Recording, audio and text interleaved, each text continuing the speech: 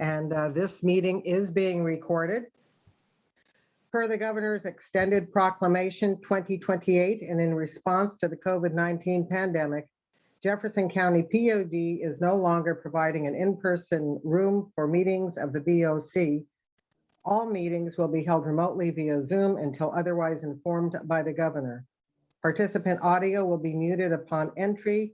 Please unmute at the appropriate time to speak. If you are calling in, use *6 to mute and unmute, *9 to raise a hand to request to speak. And what I'm going to do here is I'm going to do the introductions as a roll call, just because it goes quicker that way with the Zoom meeting. So if you'll just say here or hello or present or whatever it is you'd like to say for the recorded record. We got Seb Eggert. Okay, Dan Taylor. Jerry Wilson. Is everybody muted? Jerry just waved himself in. He's having audio problems. Jerry's having audio problems, did you say? Yeah. Okay, but Jerry Wilson is here. Yes. Tom Engel. Here. Craig Durgan. Gary Rowe. Here. Kellen Lynch. Yes, thank you. Bob McCauley. Bob, you're muted. Yeah, present. Thank you hear that? you.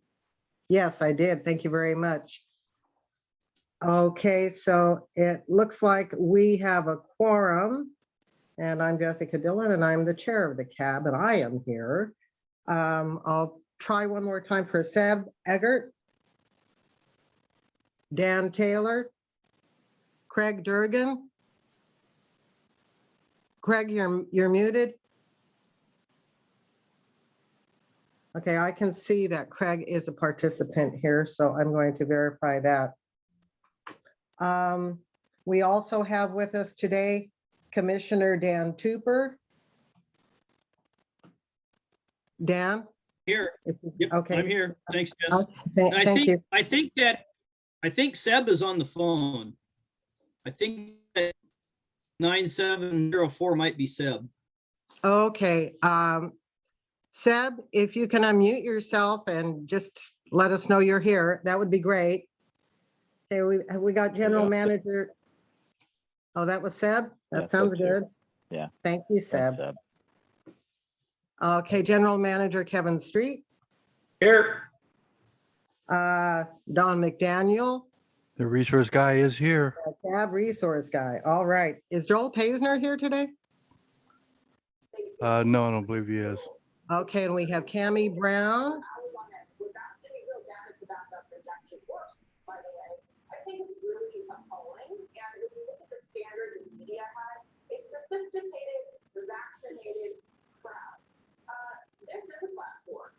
Does anybody know where this audio is coming from?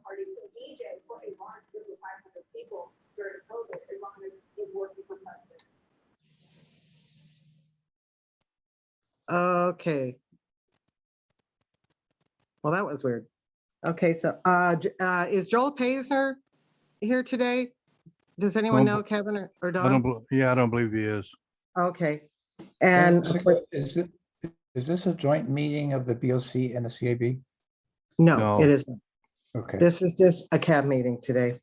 But sometimes Joel is at our meetings. And Cammie Brown is our reporter, and she's here. Kevin, do we have anybody else from staff here? Oh, Will O'Donnell is here. He's hosting us. Okay, is there anyone else from staff here, Kevin, that I should know about? Nope, we're good to go. Okay, great. And we do, of course, have Gordon Wilson with the FCS group, and I will be introducing him later. Thank you, Gordon.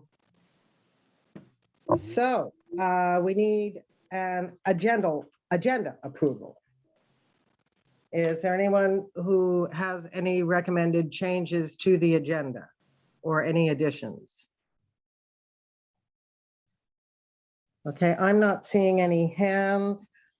I would like to move item 5. I would like to move item 6, 6.1, 6.2, 6.3 to be in place of item 5 and move item 5, the review of the past minutes, to be item 6, so that they would just switch. So right after public comment, we would go to cab business. Does anybody have any thoughts about that?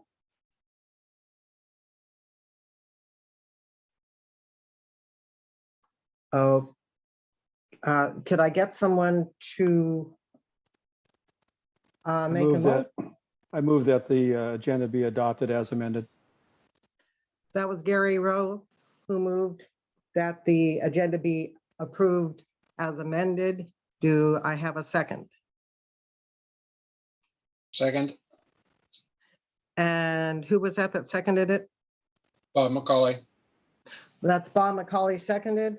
Okay, it's been moved and seconded to approve the agenda as amended. All those in favor say aye. Aye. Aye. Aye. Aye. Aye. Is there anyone opposed? Okay, hearing none, then we will move on to public comment. This public comment period of up to 15 minutes is for any items not on the agenda. During the meeting, the chair may also permit public comments on other discussion items. Each speaker is limited to 3 minutes. Do we have anyone who wishes to speak to the cab during this public comment period at this time? Jessica, we don't have any members of the public on this call. Oh, well, thank you, Nope. Will. That makes it Spoke easy. too soon. Somebody might have just logged in. Okay, Somebody named public. So you might want to ask again. okay. We're in the public comment period of the agenda. And I will repeat, this public comment period is up to 15 minutes for any items not on the agenda. During the meeting, the chair may also permit public comments on other discussion items. Each speaker is limited to 3 minutes. Is there anyone who would wish to speak to the cab at this time?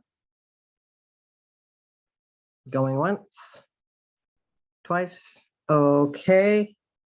Then I will close the public comment at this time, and we will move on to item 5, which is now cab business. And before I introduce or reintroduce Gordon Wilson to the cab, I just want to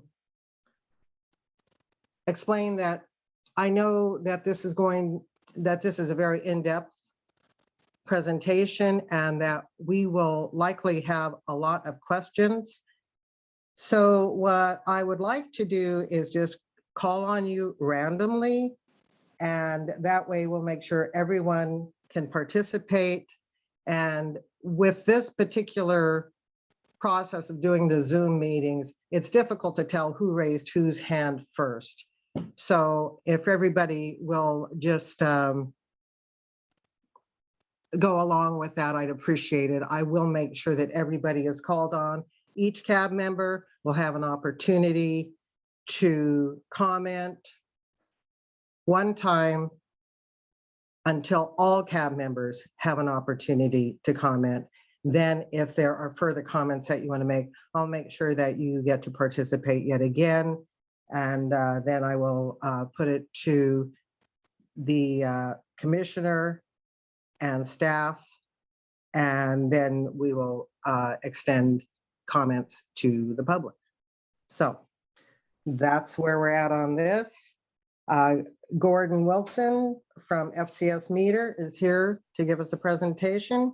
Gordon, you're on, and welcome. Thank you. I'm going to share my screen. I can do that. can you see the screen? I can. Yes. Right. That's good. That's how it's supposed to be.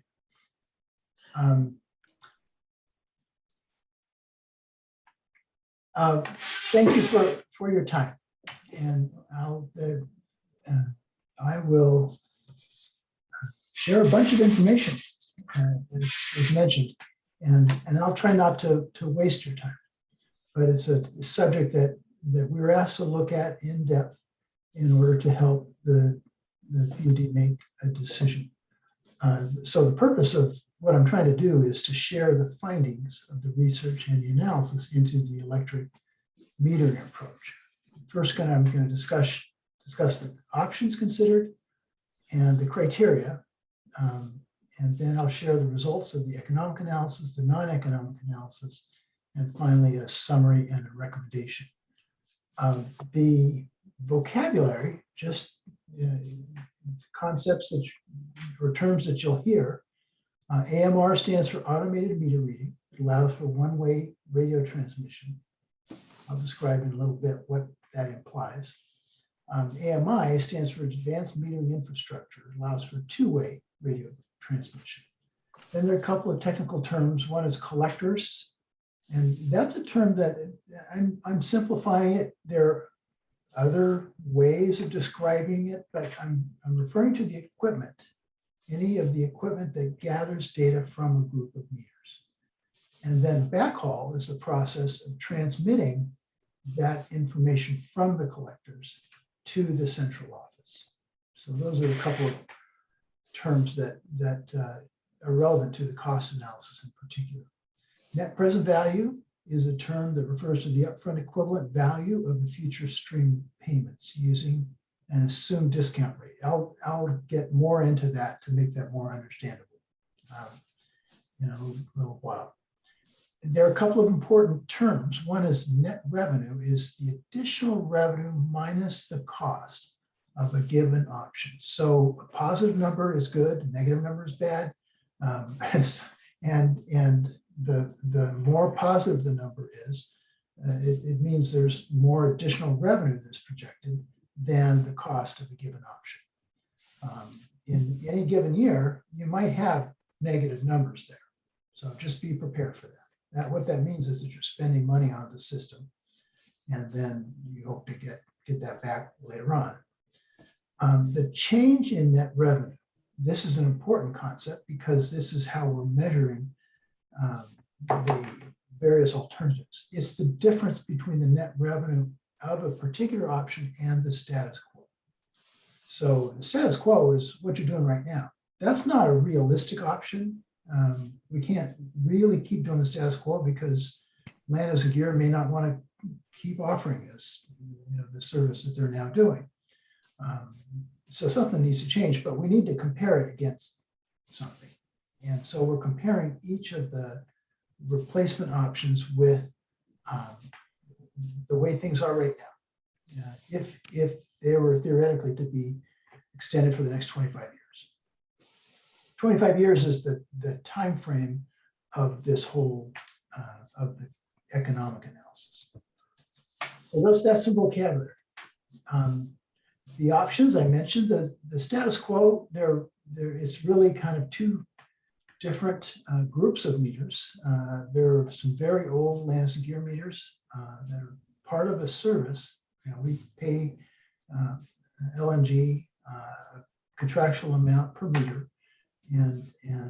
But those meters are sold that they're gradually failing, and so they're being gradually replaced with some drive-by EMR meters.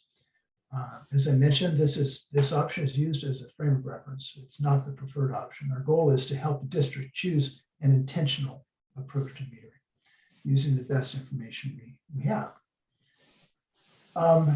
The replacement options, we've settled into 5 different replacement options. And this is a little different list from when I presented the work plan to you a few months ago. The criteria have also changed a little bit. So these are an update. One option is a digital hand read meter. Another one is mechanical hand read meters.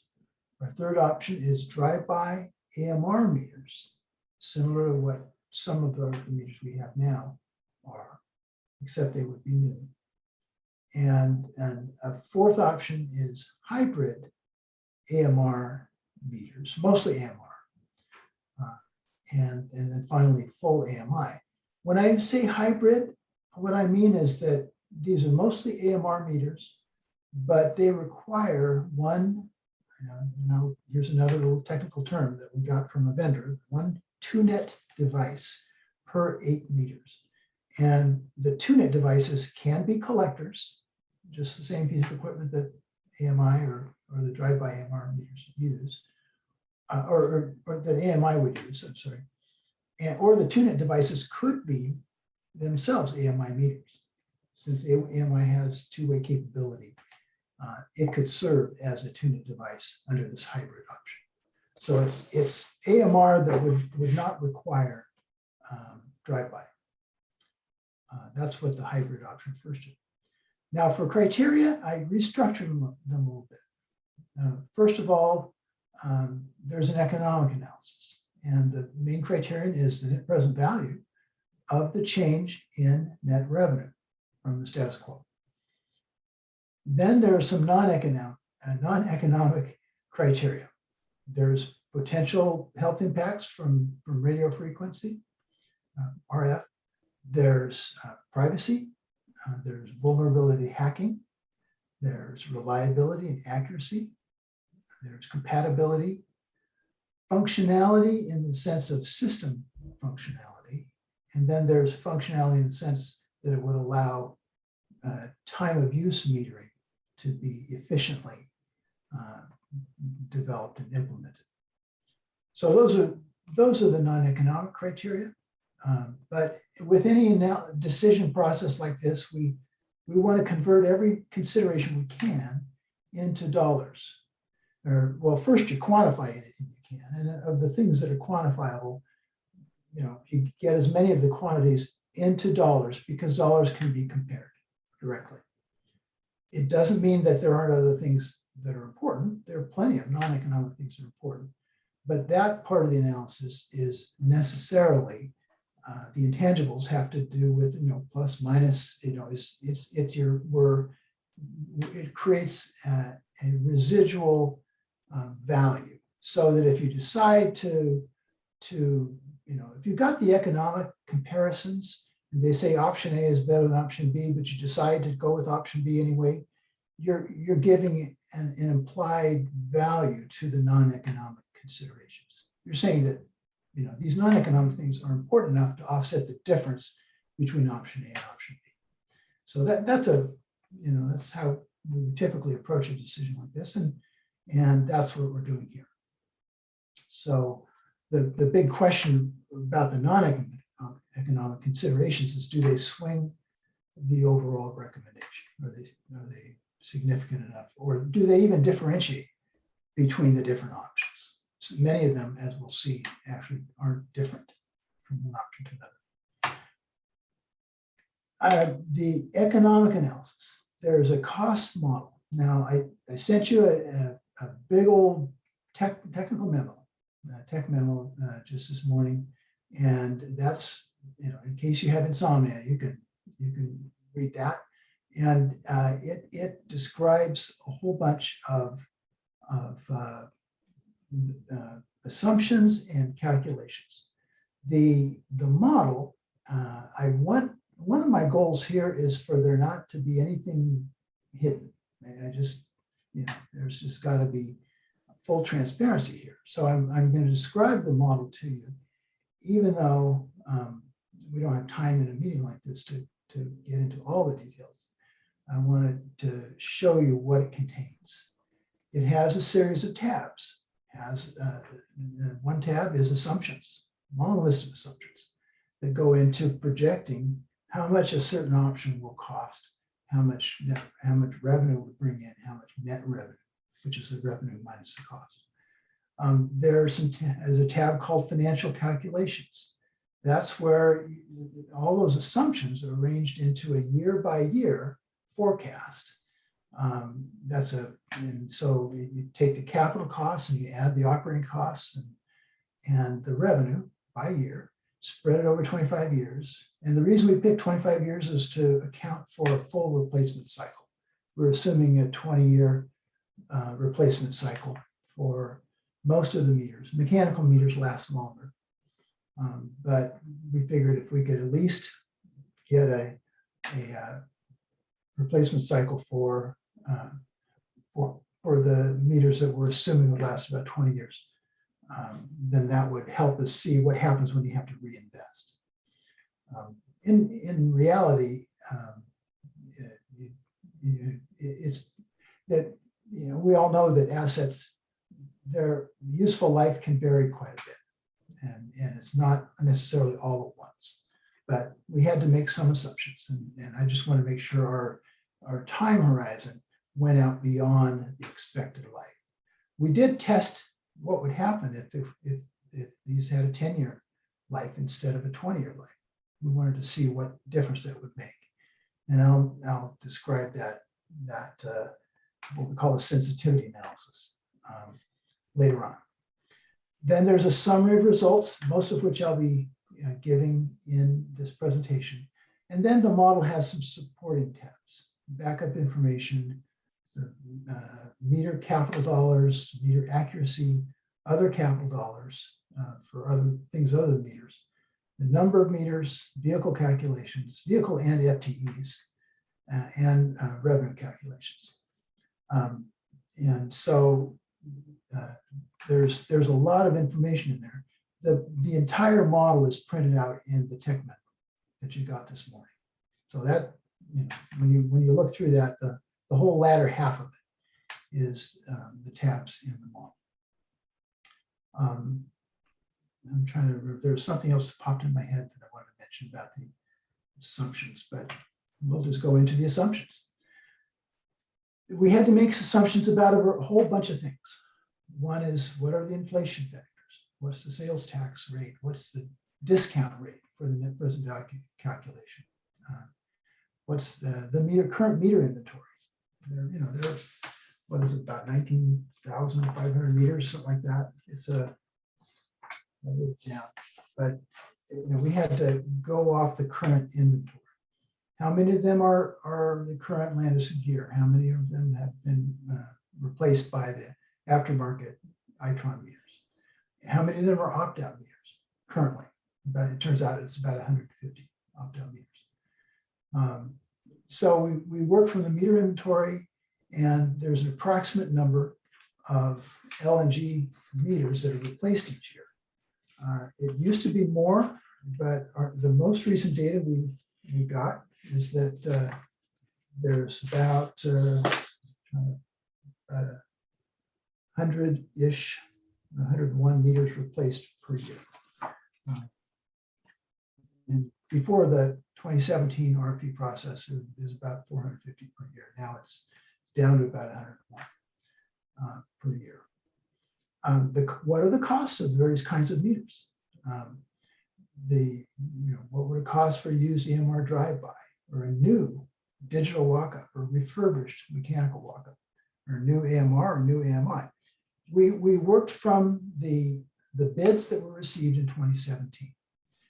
And that was a good source of information for our analysis. And the low bid in that particular process was an Itron, and we had data for some of these other types of meters for Itron. So that became our apples to apples type. But just bear in mind, this does not mean that Itron is necessarily the meter that the district would go for. We're not evaluating companies, we're evaluating technologies. And so the only thing we cared about is apples to apples. So if we had a price for an Itron walk-up digital meter, or an Itron walk-up mechanical meter, and we had a price for an Itron AMR meter, and then we worked from the 2017 bid plus inflation to be able to estimate the Itron AMI meter. So became our kind of our even Steven apples to apples type of meter so we can compare the types of technologies. The collectors are a different type of equipment. They're more expensive. They last longer. They have batteries that have to be replaced, and they require biannual maintenance activities. So those all require assumptions too. The installation costs, we assume this installation would be done by district staff. And so there's a loaded hourly rate for each employee. There's the time that would be required to install collectors and the time that would be required to install a new meter. There's also the backhaul cost per collector. Remember, backhaul is this is the process of getting the data to the central office. There's more than one way to do that. You can use fiber, or Wi-Fi, or the cellular system itself, mesh systems. There's more than one way to do it.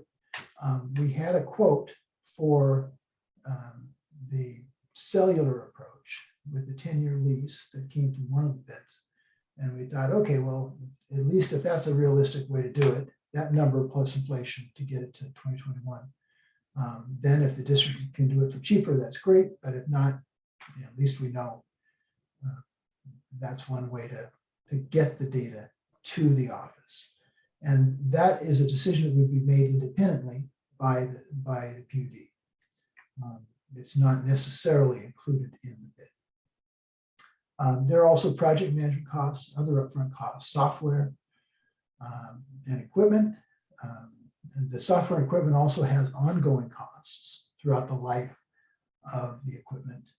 So you got to pay your software licensing and maintenance agreement. And there's also shipping and taxes. So there's a lot built into that, and we plugged it all into the model. There's some other, as I mentioned, the ongoing system software support and annual maintenance of the collector units. There's also ongoing costs related to meter reading for the hand read options or the drive-by options. Somebody's got to be out there reading those meters, and they need vehicles. They need to, we need to make an assumption about how much time it would take per drive-by read or per walk-up read. We have experience right now with drive-bys, so we could work from that, that average number of minutes per read for drive-bys. We also have some walk-ups because the opt-out folks are walk-ups, but that's less efficient than we assume it would be if everybody in the system were on a walk-up basis. So we reduce the number of minutes per walk-up to account for the greater efficiency in transportation. But it all leads to a number of FTEs for those three options: the digital walk-up and the mechanical walk-up and the drive-by would all need some new FTEs. There's a weighted cost per meter for the LNG contract. That's part of the status quo option. There's a number of vehicles needed. And of course, if you have a vehicle, then you got to maintain it, you got to give it gas. And there's a cost per new vehicle in the life cycle. There are also some assumptions that are specific to the AMI system. Now, AMI has some operational advantages that make it different from AMR. Because it has two-way capability, it can be used to provide a real-time view of what's going on in the system. So the operators can make adjustments in real time, make adjustments more quickly. They won't depend quite as much on customer call-ins to find out where there's an outage or where there's, there might be a problem. And in fact, they can provide information to customers. They can provide hot socket detection, which let us advise customers about where there's a fire risk. It would also allow shutoffs and turn-ons remotely, and on-demand reads for people who are moving out. There would be the ability, as said, to be aware of outages. You could also allow customers through an app to monitor their own usage and you can do time of use metering efficiently with AMI. In order to quantify that, and actually in order to convert it into dollars, we need to make some assumptions about what does that mean? How many disconnects are there per year? How many reconnects? How many on-demand reads do they have to do every year? So we worked with the staff to say, okay, how often does this come up? How often is it that of your total number of outages, how many of them happen during the daytime but don't get reported until the nighttime after the customer gets home from work and discovers that the power's out? And at first we assumed 5%, and the staff said, oh no, that's only about 2%. So, we made some what we thought were reasonable guesses, and then we bounced them off the staff, but still, they're assumptions. We can be wrong. There's also, just the number of outages that occur. And there's an overtime labor multiplier. And when you have to send out a crew for outages, those line workers are more expensive than the meter readers, and there's more of them. So we had to get an estimate of that. There's also a percent revenue loss due to inaccurate reads. Now, the data that we had from some testing that the district had done over the past few years, based on a sample, was about roughly 2.5%, 2.43% of an undercount. I saw an email earlier today that decided to study a larger study, with a much larger sample, that in that case only had a 0.5% undercount. Now, some of the 2.5%, only 1% is the actual meter failing. The other 1.5% is the reading not being transmitted accurately. So if there's a power outage, then the meter resets to 0, and then it gets, the number that gets sent over the wires or gets collected is wrong for that reason. Even though the meter itself, if you were to look at the display on the meter, is still measuring it right. The times when the meter itself is wrong is about 1%. But either way, I decided, when I saw the results of that other study, I decided to test it in the model. And if I assumed a 0.5% inaccuracy, it did not change the relative results. It did mean that one of the options that previously had been positive is now negative, but the two most favorable options are still better than 0. They're still better than the status quo. And the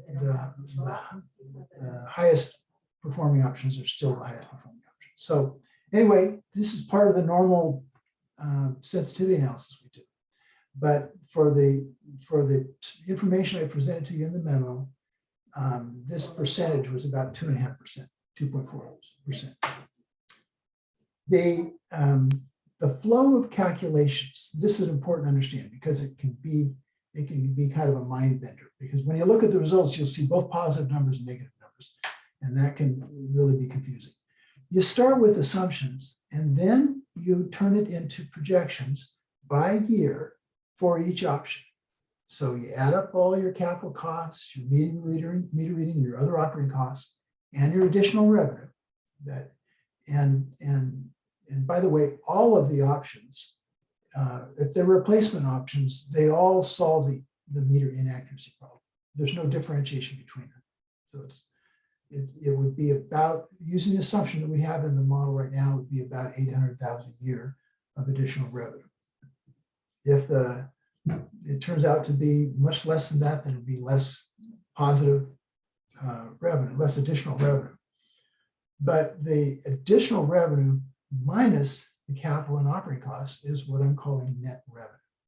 So after you line up all your assumptions and you run the calculations for each year based on how many meters of what type that you have in a given year, then you end up with a net revenue at the very bottom of that analysis by year for each option. Then we subtract the net revenue by year for the status quo option. That's what gives us the change in net revenue by year for each option. Now that's still a bunch of numbers. You know, it's if you have a 25-year forecast, some years are going to be positive, some years going to be negative, some years this option is going to look better, and some years that option is going to look better. You still got to find a way to boil it down to one number per option. And the way we do that is by what we call the net present value. And I'll show you a slide in a minute that explains that a little bit more, but we discount each year to an equivalent present value, and then we add together all those present values. And that's how you end up with a single number per option. And it's a useful way to compare. Now, before we do the net present value, when we're just looking at the change in net revenue by year, this allows you to get a sense for what the comparison is going to end up being, because you can see that the digital hand read and the mechanical hand read are the lines at the bottom. They are negative all the way across. The cost of labor is really expensive compared to the cost of maintaining an IT-based type of metering approach, including the initial investment of the IT equipment. So the blue line and actually they're both blue, light blue and dark blue are the AMI and the hybrid AMR AMI. And those are negative in the first few years when you're investing, making the initial investment. So you're spending more money than you save. But then throughout the course of the life of the meter, it's much better than the status quo. And then at about year 20-ish, about 20 years after you install a particular group of meters, then you have to reinvest. So the change in net revenue number comes down. And then after you reinvest, it goes back up again. The yellow line in between is the AMR drive-by. And that is the one that is kind of the in-between option. Right now, with the assumptions we have here, that is better than the status quo. However, when I tested a different accuracy assumption, as I mentioned a few minutes ago, that is the one that flipped negative.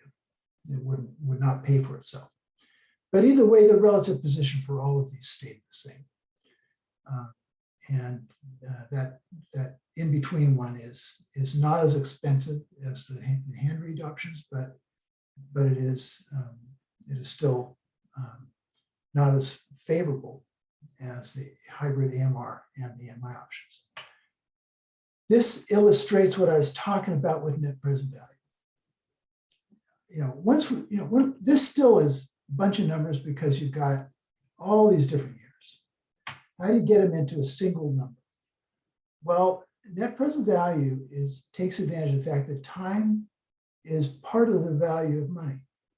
Money later is not as valuable as money right now. And the relationship between money now and money later is given by a percentage, which we call a discount rate, but it's very similar to an interest rate. What it means is that money, the future dollars, the value of the future dollars shrink when they're converted into today's equivalent. So dollars in the near future shrink a little bit, and dollars in the far future shrink a lot. So in a dollar received at the end of the first year might be worth 96% or 97% or whatever of the value of having it right now. Whereas a dollar to be received at the end of year 25 is only worth half as much, 54%, at a 2.5% discount rate. Now the discount rate matters to a net present value analysis. It's a measure of the district's willingness to exchange money today for money tomorrow. That's it's a theoretical concept, in applying it, in this case, I treated it similar to an interest rate, like kind of a long-term cost of capital. And I assumed 2.5%. And of course, I tested it at different levels. You always do a sensitivity analysis. But I think this gives us. Gordon? Excuse me, Gordon, can I stop you here for just a moment? Commissioner Cooper has his hand raised. Okay, Yeah, Gordon, I just wanted to point out for comparative purposes, as you go through the presentation, that the members should look at that blue section on top of the graph to make sure they understand which particular option you're talking about, because it can get confusing. So just for their personal references, always look at that blue box at the top. yeah, good point. And Thank you, Dan. at the top of the table, this particular example is for the AMR drive-by option. This is the in-between option. But the main thing you can see is that each year's cash flow, projected cash flow, positive or negative, in relation to the status quo, each year it gets shrunk. And the farther into the future you go, the more it gets shrunk. And with the discount rate, the higher the discount rate, the faster the dollar shrink. It means that sooner is way better than later instead of a little better than later. Now in this AMR drive-by option, the shrunken, that is, so to speak, the discounted cash flows, you add them together and you get to about 7.5 million. You'll see that number on the next slide. But this is where it comes from. It comes from looking at every one of those individual year-by-year numbers, on the yellow line here. And then we discount it and then we add it together. And that gives you a net present value. This is a useful tool for comparing alternatives. It's not a budgeting tool. It's not a debt management tool or anything like that. It's good for comparing alternatives. It's kind of economic analysis. So how does it all, what happens when you do that to all of the options? As you might guess from looking at that big chart, the two options that are negative all the way across have a negative net present value. They're 20 million plus to the negative compared to the status quo. AMR drive-by is positive. It flips negative when we end up assuming less in the way of accuracy savings. But in this scenario with the 2.5% accuracy, 2.43% inaccuracy assumption, this one is positive, but not the most positive. The two most positive are the hybrid AMR and the AMI options. So the basic trade-off, remember those first three options, you're relying on employee labor to read the meters. The last two options, you're substituting collectors and backhaul for employee labor. And that's the basic trade-off. And the thing that we saw when we looked at all these numbers is that trade-off is worth it. It's worth investing. It justifies the investment in the equipment to be able to save that labor. It justifies it by a lot. It was not a close call when you're looking at labor versus collectors and the backhaul, and with the upfront investment. The hybrid, here's another important point, and that is that the hybrid AMR AMI and the full AMI are very close economically and within rounding. Full AMI has an higher average cost per meter, but also has some ongoing savings that the AMR hybrid does not have. Drive-by is better than the status quo, but it's more expensive than the AMR or AMI, or the hybrid or the AMI. And as I mentioned earlier, all of these replacement options eliminate the inaccuracy problem. So that's the reason why changing the accuracy assumption doesn't really change the relative position, because they all have that same assumption.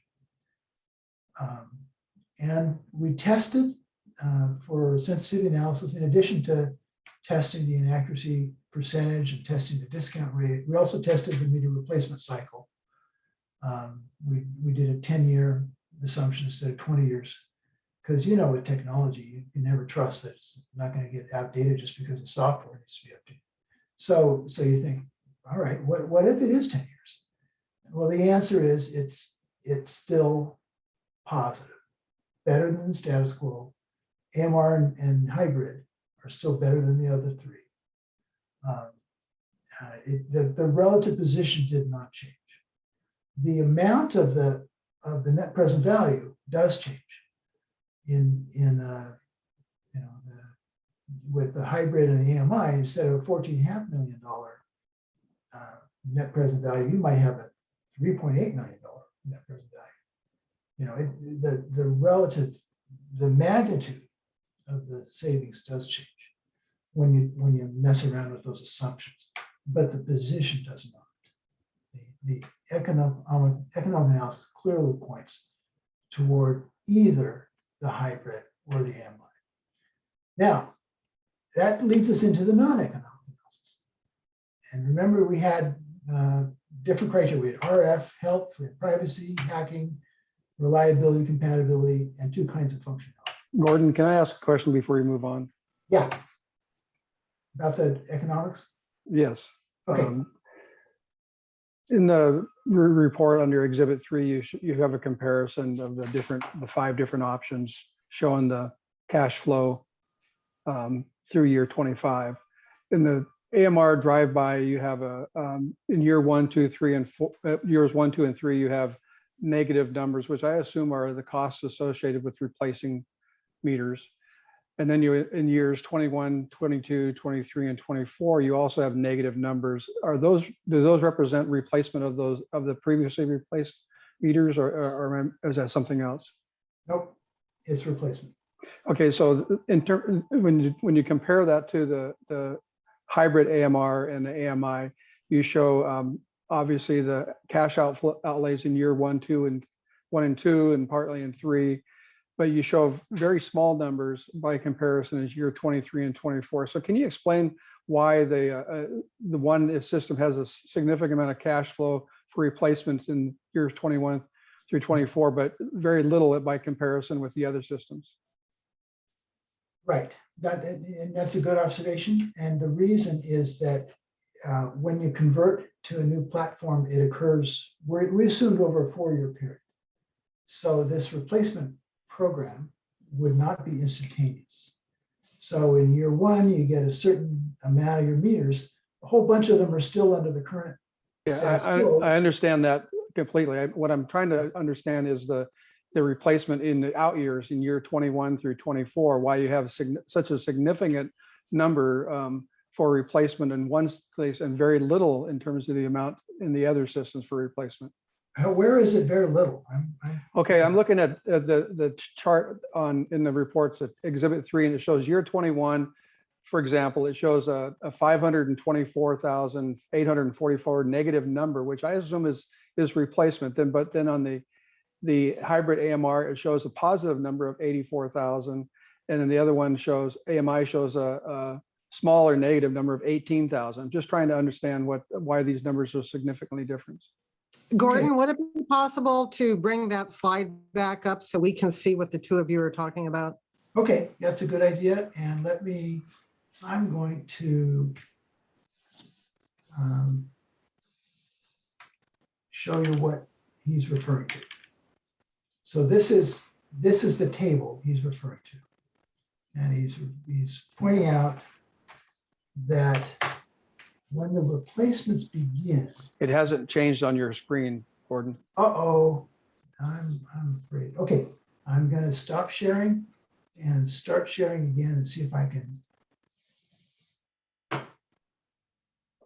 get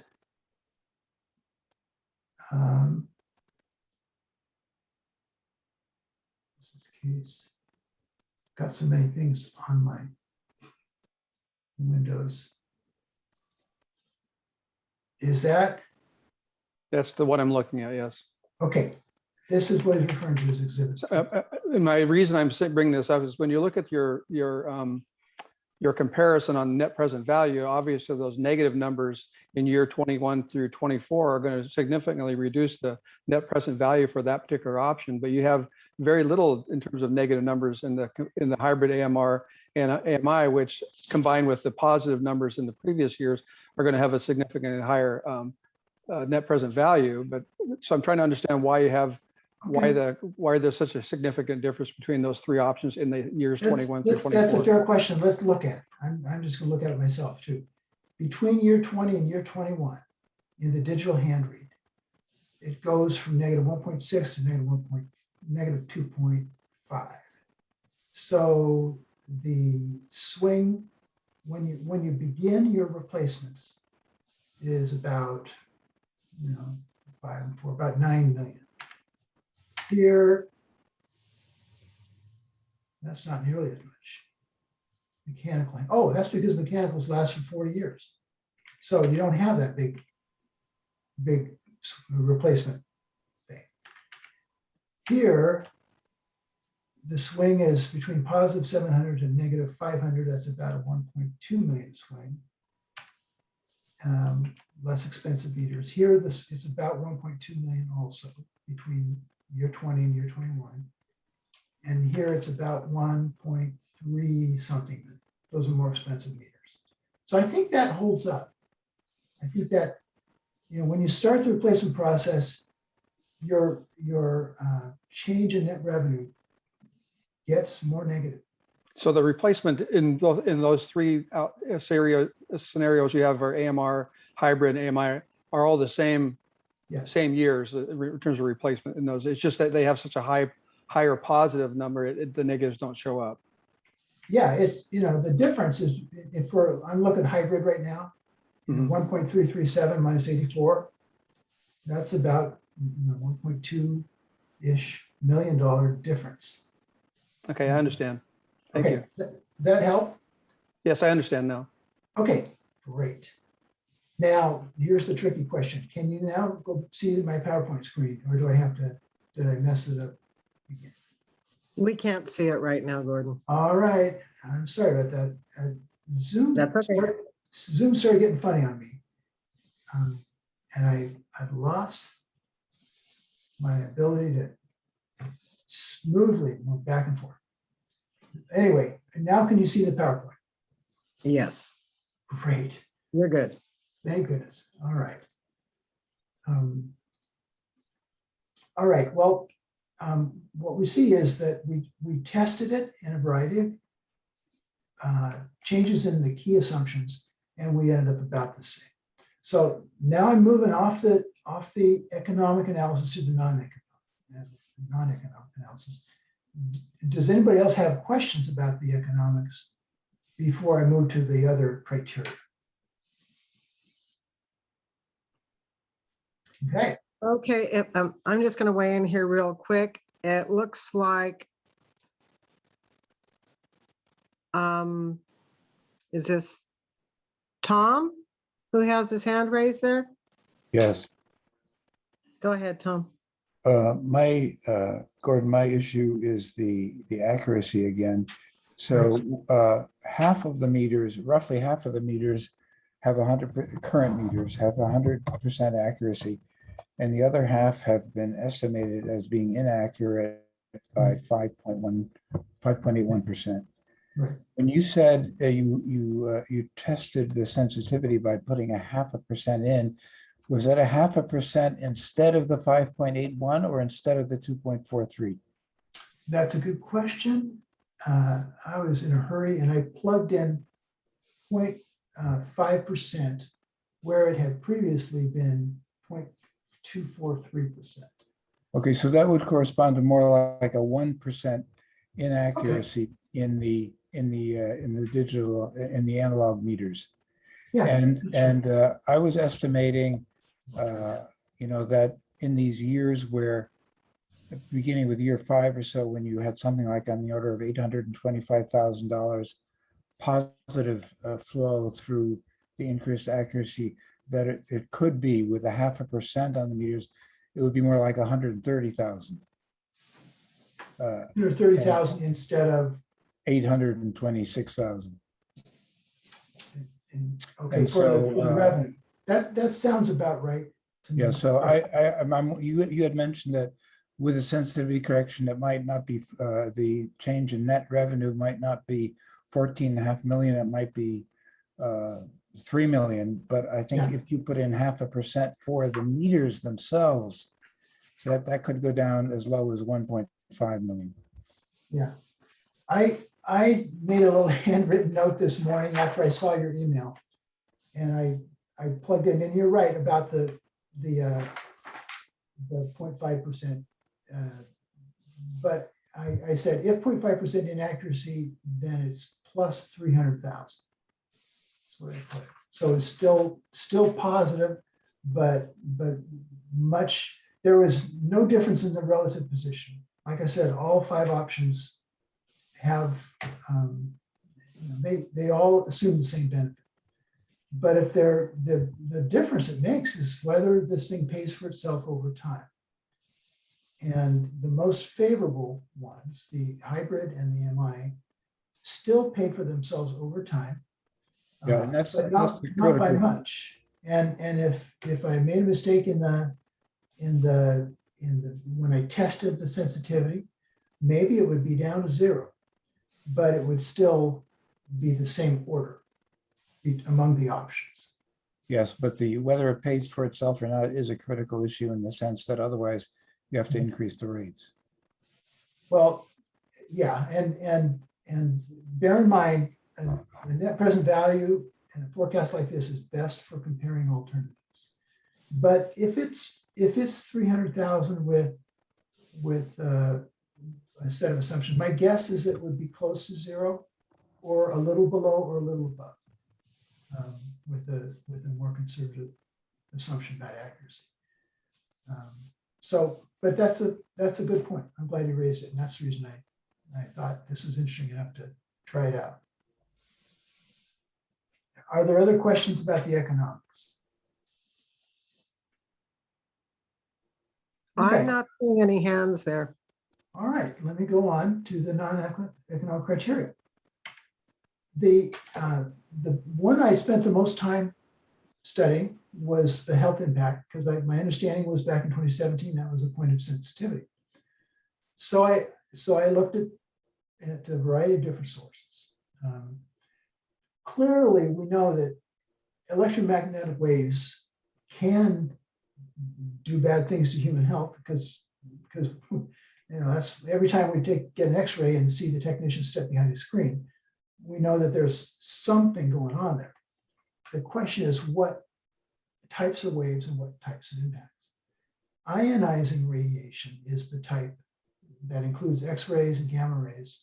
That has been widely concluded that has negative health impacts. Non-ionizing radiation carries frequency many thousands of times weaker. And when we're looking at questions about cellular or AMR, AMI transmissions, radio transmissions, the question has to do with whether there are potential impacts from non-ionizing radiation.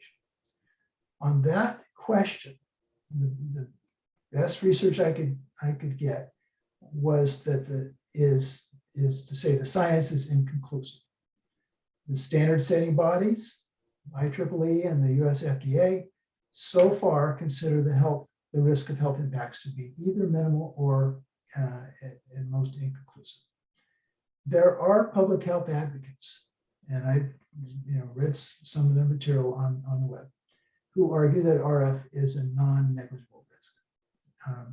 Everyone that I read agrees that further research is needed. So the big question for the PUD is, what decision do you make in the absence of conclusive scientific evidence? And my suggestion is that you got to make a decision. You got to decide something, and I suggest that we key off of consumer behavior as the best indicator of acceptable risk in this community. Whether people continue to carry around a cell phone in their pocket. If most people do, then we can assume that allowing an opt-out option is enough of a response. that respects people who have greater concern or may face special conditions. But it also recognizes that a large portion of the population still is willing to bet. Every time you hold that cell phone to your ear, they're still willing to make choices on the assumption that the health risk is acceptable. It's not that it's zero. It's just that the risk is acceptable. So watching consumer behavior is my suggestion for this criterion and also the next criterion, which is privacy. Here the concern is the potential for misuse of data about individual customer electricity usage. And once again, I'm saying let's yes, there's a risk, and we have to make a decision. And how do you gauge what's an acceptable risk? And I would follow the consumer behavior. If most customers use social media, then they must be willing to accept significant exposure of personal data. And its potential for the use of data, the PUD is a much more benign actor than social media companies. And they have a much more limited range of data. But again, as long as you have an opt-out option, I think that's a sufficient response to respect people who feel strongly the other way. And on this particular criterion, by the way, I'm more of a hardliner than most people. I don't use Facebook. And my irritation over their harvesting personal data is one of the reasons. I don't like it. But even I wouldn't opt out because I don't think the PUD is going to be collecting anything interesting for me. But I don't like Facebook having it. Different people are going to have different responses to these issues. Vulnerability to hacking is another point of concern. And I think that's where AMI has a disadvantage because it has two-way radio capability. You can do things with it. You're not just reading meter data. If you can use it for remote shutoffs, then a hacker could, in theory, use it for remote shutoffs. What that means is that in order to go down the technology route, the PUD would be committing itself to good data hygiene, good data security practices. It puts an additional burden of responsibility on the PUD. When you have a more, in order to get the system capability, which does have economic benefits and public service benefits. If you find out the power's out right away, that's a benefit to the customer service. But it does come at a cost, which is data security becomes a bigger deal. Reliability and accuracy, I didn't see any differentiation there. All of the options would solve the current inaccuracy problem. And you're reinvesting, whatever degree that problem exists, it will be solved by reinvested meters. Compatibility, also, I didn't see any differentiation. All the options would have to be compatible with existing software. If you went out for an RFP, that's a requirement in the RFP. And nobody's going to be able to submit a responsive bid if it doesn't work with your metering software. Looking back on it, I'm not sure I would have even bothered to put this on the list of criteria, but I did. So it just doesn't differentiate very much. The two kinds of functionality do differentiate. These only AMI has operational functionality.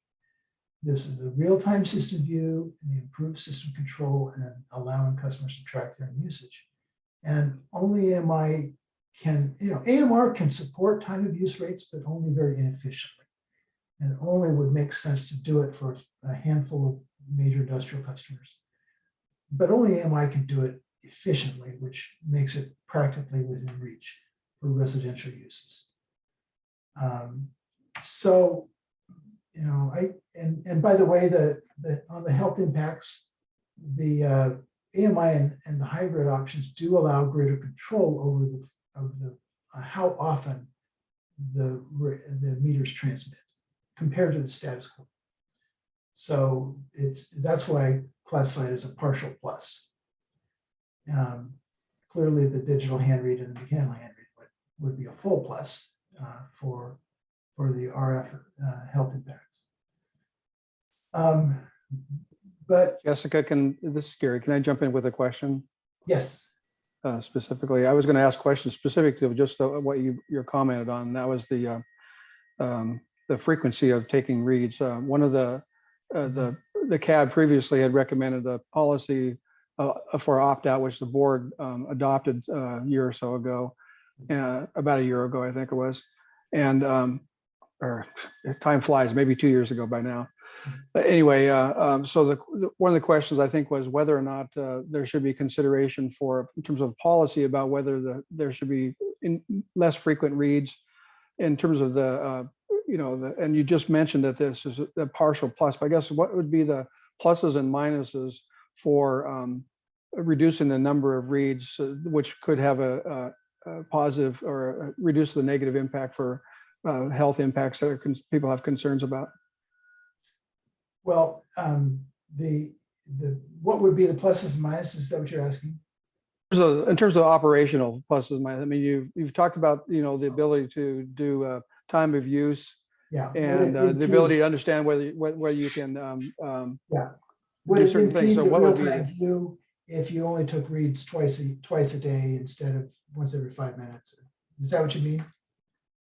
Yeah, again, I'm speaking out of ignorance only because I know it's been brought up in previous meetings, and I'm trying to understand in my mind what the difference is between frequent reading and infrequent reading, and in terms of what the potential benefit would be from a health standpoint. And so I'm just trying to understand what that really means in terms of. Yeah, actually, the way I would phrase it, I think it's a good question. The way I would phrase it is, do you get those 2 green pluses at the bottom on the AMI column?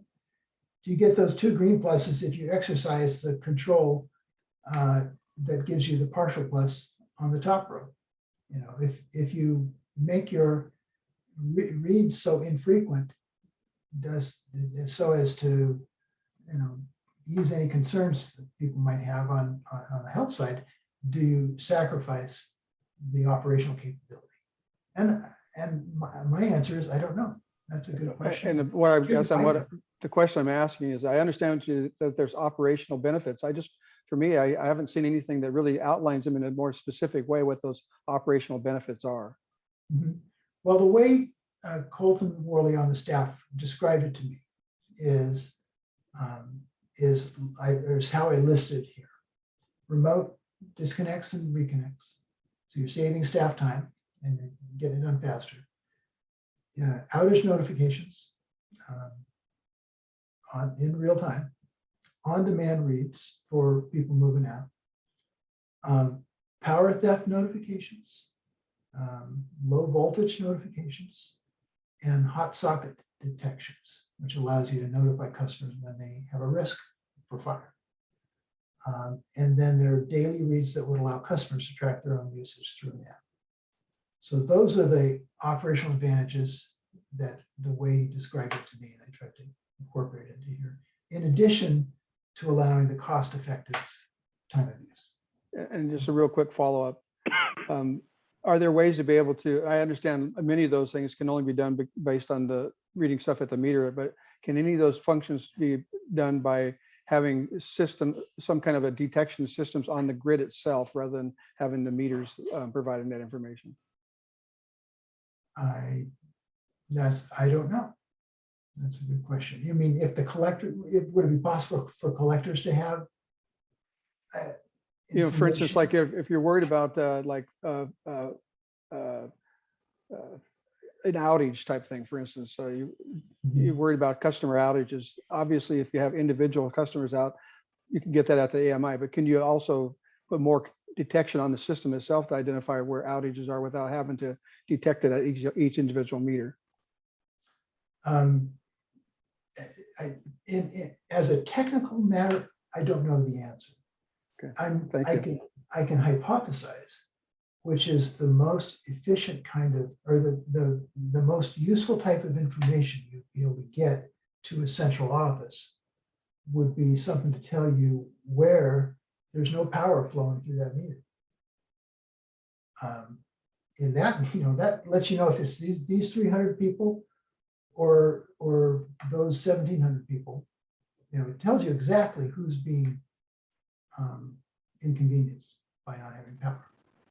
If those refrigerators aren't working, you want to know about it at that particular site. Whereas if somehow, like if there's 73 collectors out there, and you can tell if there's an abnormally low load going through it, then it might give you some useful information, but it wouldn't be the thing you'd really want to have if you're going to send out a line crew. That's my hypothesis. I don't know, Kevin, if you want to add to that, that's okay with me. The most efficient way to see what's on the system is at the meter. I can put equipment out on the line to get a neighborhood, a few certain things like that, but it doesn't give you really granular that we're looking for that says this house is out of power at 10 o'clock. So when the customer comes home at 5, I don't dispatch a crew on overtime. So that's why they put the information at the meter. It's the end of the line for the PUD, and that's where we really need to gather it. Maybe just an additional comment on that. You could do it by circuit, but when your circuit comes back in there, for example, during the storm, you still don't know how many customers may be out on that circuit. So even though you got a circuit backup, you may have multiple people that are still out individually. Okay. And question. what I'd like to do here is to allow Gordon to complete this presentation until he gets to a question answer period, because we're already getting to 3:15 here. Okay. Well, Thank you. You can tell, Jessica, you can tell we're getting near the end. She wants to give you a chance to reach the end. The summary that for of my research, and bear in mind, I'm just one outside point of view. Okay. You get to decide what you recommend, the board gets to decide what it wants to do. But from, all I can do is say what I see. And the thing that I see is that the strongest options economically, clearly, by a lot, are AMI and AMR hybrid. As long as an opt-out is allowed and good data security practices are in place, which the district will want to do anyway. There are plenty of hacking threats out there with or without AMI. So as long as you have that opt-out option and you're taking seriously the data security requirements, then the non-economic factors don't swing the business decision away from AMI or AMR hybrid.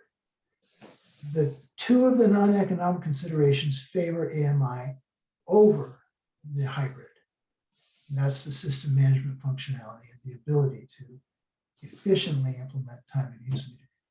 So we recommend AMI overall because the economics clearly favor, it's one of the two options that are clearly favored by the economics. And between those two, AMI has a stronger non-economic rationale. So if I were in your shoes, that's what I would do. And that's our recommendation. So that's the end of my presentation. Thank you, Gordon. Questions? Yep. So if we have any questions for Gordon or comments, I'm looking for raised hands from members of the CAB.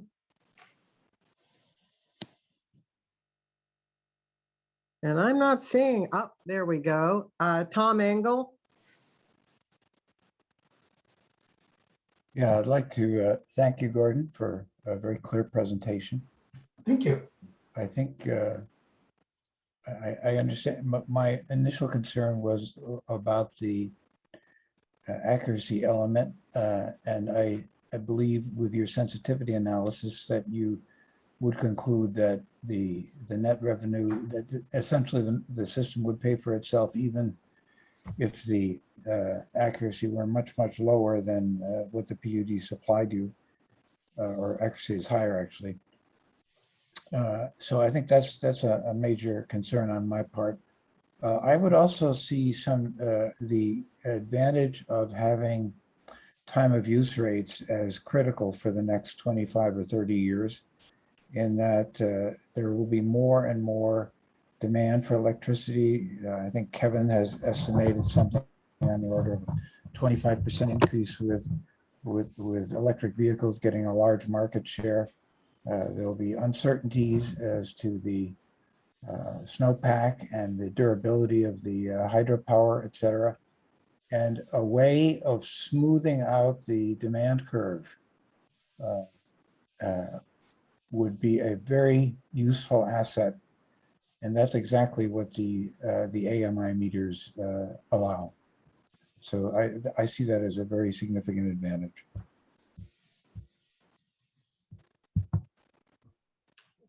Thank you, Tom. Is there anyone else in the cab who has any questions or comments? Yeah, Jessica, this is Seb. Okay, go right ahead. Thank you. Thanks for a very thorough review of this proposal, Gordon. Appreciate it.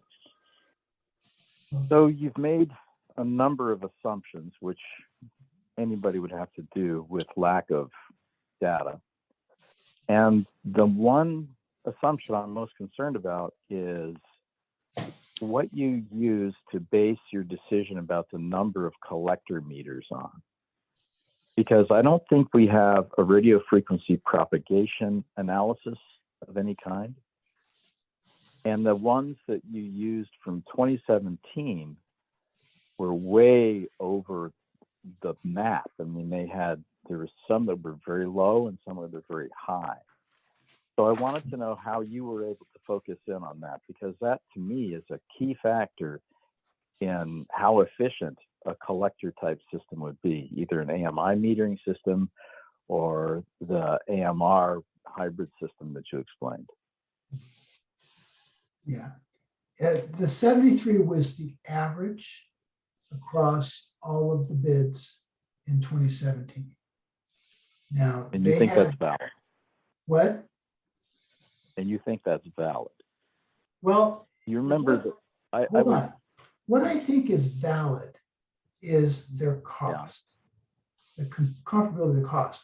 Those types of units, whether they're gateways or relays or collectors or grid routers or nodes, repeater nodes or synergy net routers, those might even be different kinds of equipment.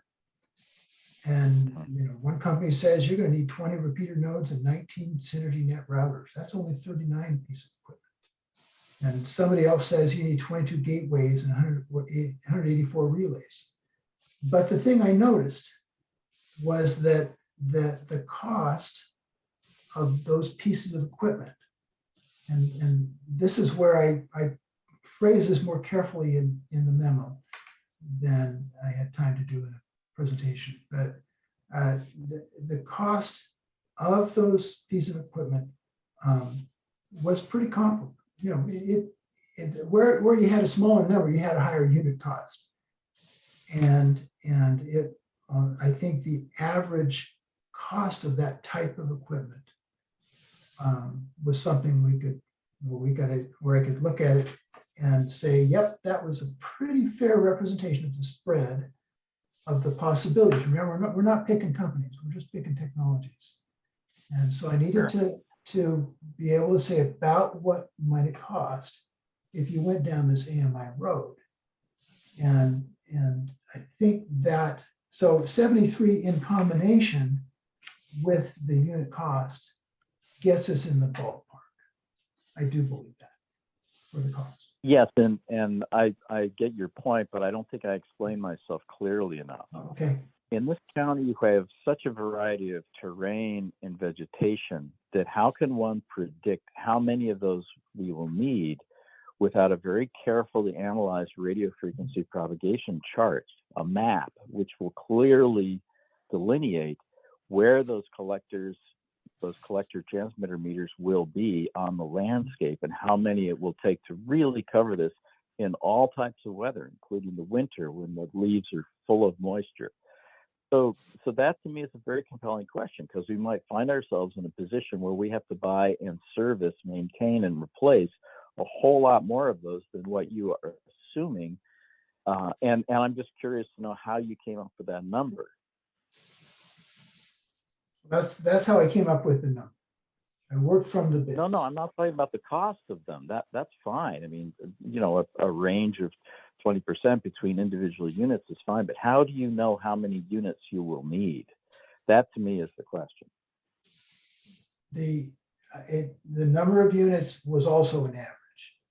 The unit cost was an average, and the total cost of that type of equipment was an average. Right. So are we prepared to go to maybe putting in twice as many of those collectors? And if so, what's that long range cost going to be?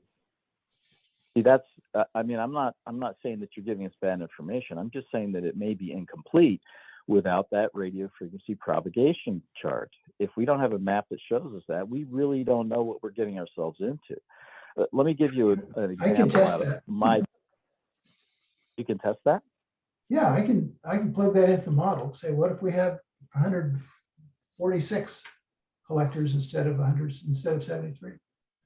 What does that do to the results? Well, I mean, that might be a worthy exercise, but again, since we don't have that chart, we don't really know. Let me give you a brief example. I'm building a house for somebody that was predicted by the designer to cost $200,000. The price of materials went up. The details were not very well thought out to begin with, and we ran into a hell of a lot of complication. The house is going to cost her easily twice that much, and that's in only 6 months' time. That has changed, and the reason why is because it wasn't a really well-prepared proposal right from the start. So if one was to say that that was something based on averages, well, the averages turned out wrong for that client. And I had nothing to do with it, except at the beginning of the stages, I said, I don't think you have enough money for this. Let me give you, well, I mean, that's my concern. I think your work is terrific, and the arguments, I think, are compelling, but I don't think it's complete since we don't have that vital information. If we get ourselves into this complicated system with these expensive meters and collectors, if we have, you know, even 25% more, those numbers may change to a significant degree. And I think that's worth looking at or considering.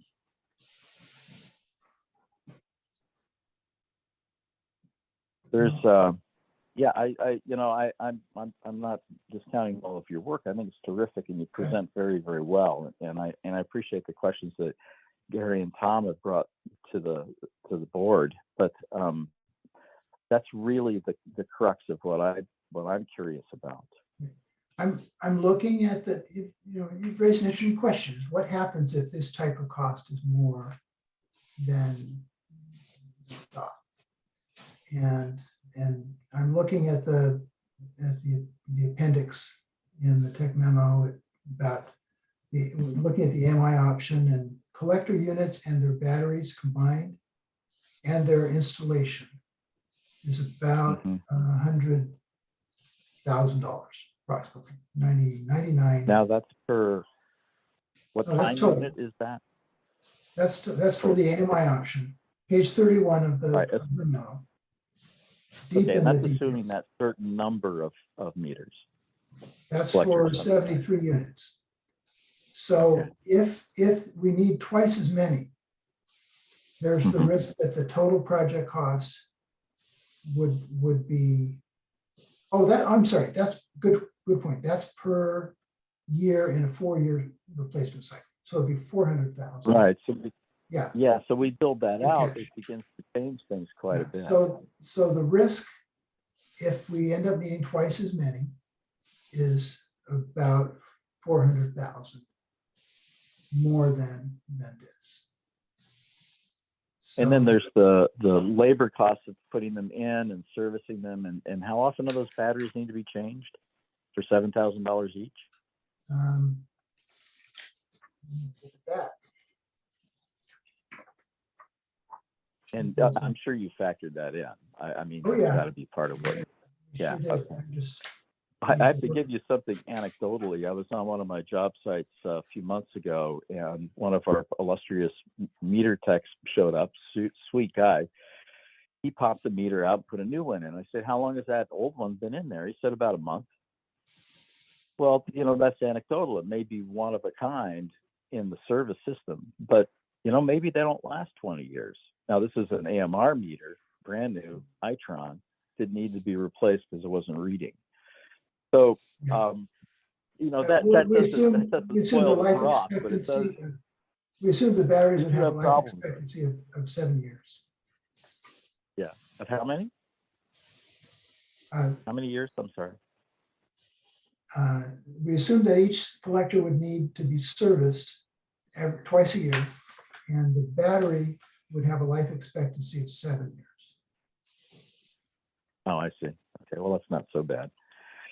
There's some other concerns that I have as well that are worth considering. The availability of replacement parts. Seb, excuse me, can I put Yeah. you on hold here for just a moment? And let me go Oh, sure. to other cab members, and then I'll come back to you Fine. for your other concerns, okay? Fair Thank you. enough. Thank you. Tom, you had your hand raised there? Yes, I share, I understand Seb's concern, but I'm wondering, isn't this an issue of how the RFP is written? I mean, instead of saying we want to buy 73 collectors, can't you write the RFP in such a way that you say, we want a system that this percentage of all customers will have service, and then it's up to them how many collectors they put up, and if they have underestimated it, it's their bill. Yeah, that sounds fair to me. That's how it would happen. Okay. However, that doesn't necessarily predict what our costs are going to be. That's the only thing. Right. Okay, and I see Gary Rowe has his hand raised. Gary? Yeah, I have a question, more of a process question in terms of when the Board of Commissioners referred this to the CAB, did they put any specific requests in there in terms of what they're asking the CAB to provide input on, or any limits on what they're asking they want the CAB to provide input on, or is it just tell us what you think? Gary, and I asked for clarification on this at the last board meeting, and what the board has tasked us with is to really ferret out questions so that the important questions, especially to this very important project, don't go unasked. So they're not looking to us to make any kind of recommendation or to say we agree or disagree, but that because there are 9 of us, there are only 3 of them, that we kind of rack our brains and make sure that all the questions that should have been asked do get asked.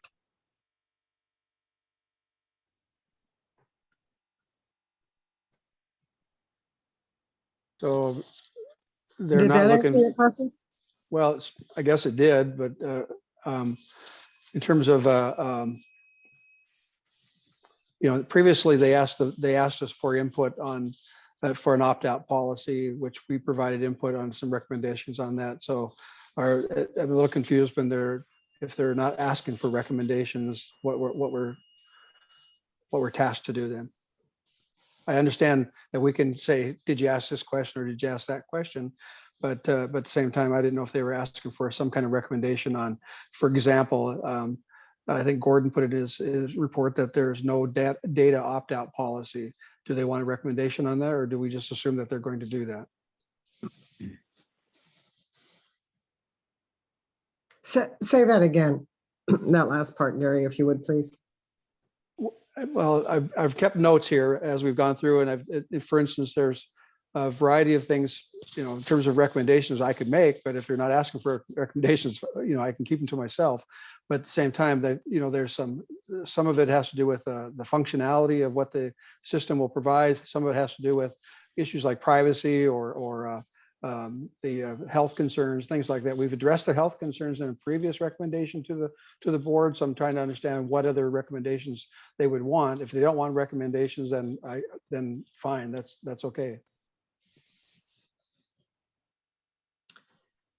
Commissioner Tupper, am I clear on this, that what the board is, and I know this is another go round on this, but I think it's well worth being doubly and triply certain that what the board is really looking for us to do is to make sure that all the questions get asked, because with questions you get answers. Yeah, I think you put it forward very accurately and eloquently, Jess. And kind of to Gary's point is we weren't looking for anyone to reinvent the wheel. We weren't looking to, send Gordon back to the drawing board. If you have particular things that are of interest or question to you, you can forward those to staff and we'll get those to Gordon to, tweak things for another presentation. The board's going to see this again. And so we weren't looking for a quote unquote recommendation as to one of the 5 options. So does that answer Gary's question? And Kevin can weigh in if he wants as well on what, staff is expecting to see out of this.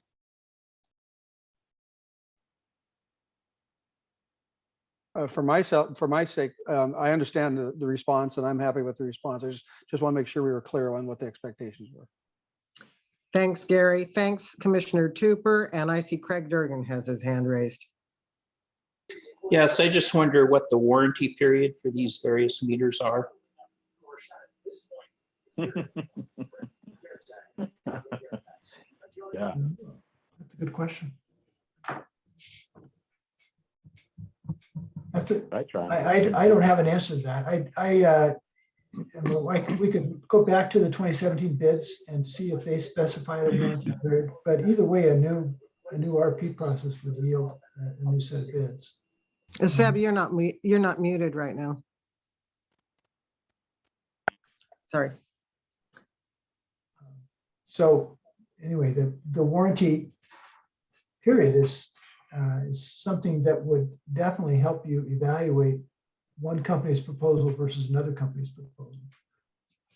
I'm not sure that it would necessarily swing a decision about which type of technology to use. Well, the one guy mentioned that a meter failed within 1 month, so it brought up the question, or do they have a warranty? How long is it? And it should be something factored in consideration.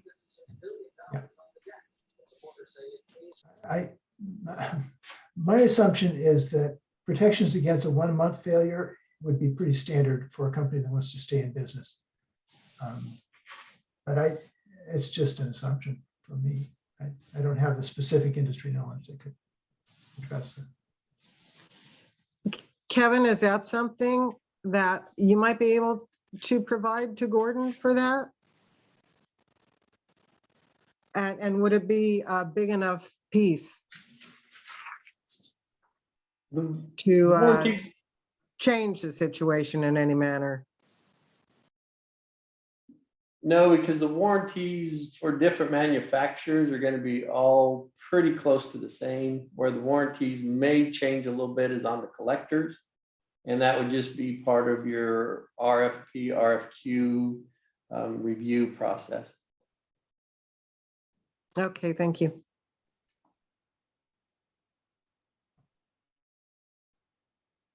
Okay, I see Tom.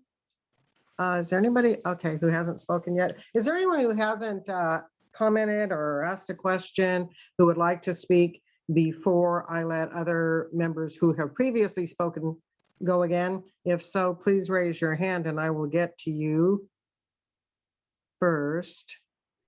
And it looks like Commissioner Tupper, I see your hand raised. Oh, sorry, I didn't pull it down, Jess. Okay, that's fine. That was from before. Yeah, I've done that to you before too. Okay, Tom Engel, I see you have your hand raised. It looks like Bob McCauley also has his hand raised. Yes, Oh. Okay, I couldn't see it on my screen. Sorry, Bob. should Bob go first? Yes, Bob should go first. He hasn't had an opportunity to speak yet. Okay, thanks. Just a couple, most of my original questions have all gotten covered very well. It's been a very, very understandable presentation. I do have an observation on Seb's point, and that's something that does need to be stressed very heavily in the RFP. I have a couple of questions that may affect, but they're in the sensitivity range. The business of opt-out. If people have the option, or become very reactionary, as this society seems to be going, and a large percentage start to opt out, does that make any change between the two recommended options? And there should be a quantifiable cost of the whole business of data security, because it's going to have to be increased dramatically between the hybrid system and the full AMI system.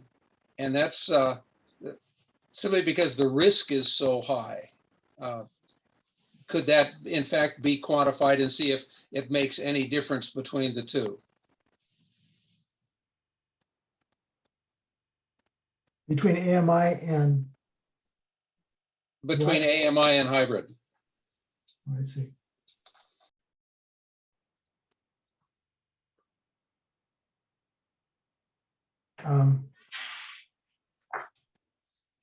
Yeah, how to quantify that? Because, you know, either way, the district has lots of incentive to protect its data. You know, ransomware attack doesn't have anything to do with operational control. It has to do with your ability to get to the data you need. And the risks there are something you already face. Other types of hacking, privacy intrusions are definitely there, regardless. You know, just having a metering system, just having a billing system. So the district already wants to do it. The thing I was pointing out in my memo and my presentation was that the consequences of getting it wrong are even steeper. And it would, I would think, make the employees have an even greater reason to be careful. But I don't know how to quantify that. Yeah, I think I'm beginning to think you're probably quite right that you're going to have to do it very, very robustly anyway. Yeah, it's already, the economic part of it is already a cost that has to be borne. Yeah, okay. Then I guess my primary question then has to do with the opt-out. If the AMI, the full AMI drives a high opt-out rate, does that have any significant impact on the decision between the two proposals? I would have to look at the numbers.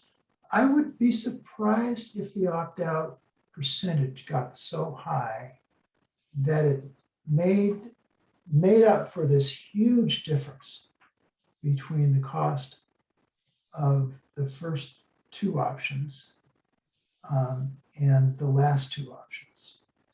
No, I was only just suggesting that it might have a difference between the last two options, between the AMI, which it was not likely to drive a high opt-out, or the AMR hybrid, and the AMI, which could, as society goes more and more reactionary, could drive a larger opt-out. So between, you're asking if it would make a difference between AMR and AMI? Yes, between the AMR hybrid and the full AMI. Well, right now they're close enough that if there were a significant percentage of people who wanted opt-outs. And if the additional cost, the charge that is given to opt-out people, I don't know what that is right now, but if that is not a full cost recovery fee, so which would net out. If you're a full cost recovery, there's no difference. There's no impact from opting out. But if the fee is not full cost recovery, then whichever option had more opt-outs would be less favorable economically, because right now they're about the same. I don't know how that might make a difference to people's willingness to opt out, because both of them involve a lot of, involve radio frequencies, a lot of RF. But if there were, it would make one of them more expensive if there were a difference, and if the cost of the opting out was not fully borne in the fee that is charged. Yeah, that's right. I had forgotten that there was a cost recovery issue if you did choose to opt out. So I'm quite happy with all of the discussions that have gone on so far. Thank you. Thank you. And gentlemen, Jerry Wilson has his hand raised and he has not yet had an opportunity to speak. So I'm going to go to Jerry first. Go ahead, Jerry. Well, first of all, can you hear me now? Yes. Okay, great. On two things. On the security issue, I'm probably not incredibly worried about security aspects of this, provided that the RFP that goes out for this specifies that data between the network management system and the AMI meters is encrypted. So, you're not going to worry about somebody in the ether hacking into a meter just from, outside your house. The other assumption is that the network management systems probably use some of the same security systems that I hope are being used for the SCADA systems, because that's pretty critical too. You turn off a power station or something, so that they take appropriate actions like air gapping and all the normal things that you would do to protect a SCADA management system. The second thing is, in response to Seb, I understand this issue. Well, what happened if we use more meters? Or I'm sorry, more collectors, then that's going to adjust the price. So it sounds like it wouldn't be difficult to have an alternate sheet that could be published that says, okay, if we double the number of collectors to 150, then here's how it impacts the numbers, the initial capital expense and battery replacement and all the other stuff, so we can see how it affects that little curve, that hockey stick looking curve.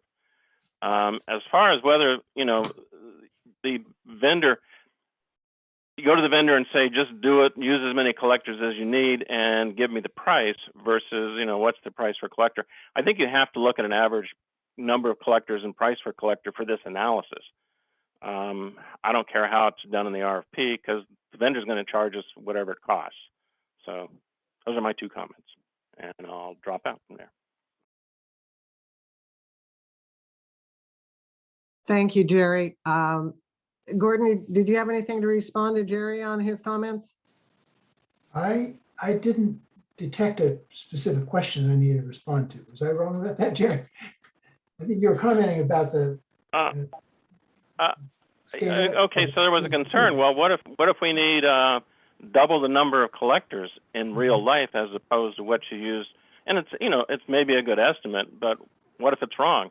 And so how hard would it be for you to plug in the higher number of collectors and all their various sundry costs and create another chart, an alternate chart that shows that? My guess is the delta is going to be not that big, but I think we'd probably like to see that. Yeah, that's not hard at all. Okay, thank you, Tom. Thanks for your patience. Yeah, I think this discussion is moving along well. I think, though, that we as the CAB have a bit more work to do, because I think we ought to make our comments to the board in such a way that they are really fleshed out. So there are two issues then of the sensitivity that are crucial. The one that has just been mentioned with the number of collectors, and the other one, which I brought up, namely the assumption on the on the inaccuracy of the present meters, which would mean that instead of a windfall of $14.5 million over the lifetime of this project, that could be $1.5 million, or as Gordon suggested, maybe even be slightly negative. That's a huge fluctuation. So I don't think we ought to leave that issue alone. I would like to hear from Kevin how the sample of 157 meters on which the PUD estimate of the inaccuracy of the meters, how is this sample been determined? Are these truly a random removal of functioning meters from the system, or are these systems meters which have failed and been replaced? And I would also like to see a distribution curve like the one that I sent in my email, which doesn't just give an average, but actually shows a distribution. How many meters had what degree of inaccuracy? So I wonder if Kevin could respond to those issues. Kevin? Yeah, I can respond. So the meters were replaced for a variety of reasons, move in, move out. They may have been a failure. They may have been a variety of reasons that the meters were replaced. I know the 165 were just what we had in shop. We just sent them to the meter tester, and there is a variety of failures. It's not just the meter, it is the difference between what the meter reads and what is being broadcast. Also, I would like to point out that these meters were, some of them were 20 years old when they were retrofitted with the CellNet technology, which adds a whole nother piece of equipment to the meter. So when we do our comparisons to other utilities, we really need to look at the age of the meters they're replacing and the age of our meters. That does make a difference. Okay. Okay, what I heard you say was these are meters that were defective. So this is not a representative distribution of meters on the system. The only way that you could get a sample that was representative is you randomly remove meters from the test system and put them on. And as you just indicated, that was not done. These were defective meters that you analyzed for their accuracy. So I don't think that number is at all reliable.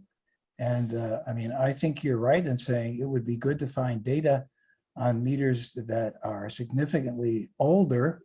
And I must say, I have been unable to find that kind of information. I don't know if you can do that, Kevin, or if the consultant has a way of doing this. But I think that number is not to be taken seriously, the 5.81%. And that is a huge factor in the financial analysis. And so I would certainly want a comment from the CAB to the BOC to be that this is not a reliable number to go forward. And I would also ask Jessica, is there a plan for the PUD, for the CAB to meet and formulate our comments on the report before we reply in any way to the BOC?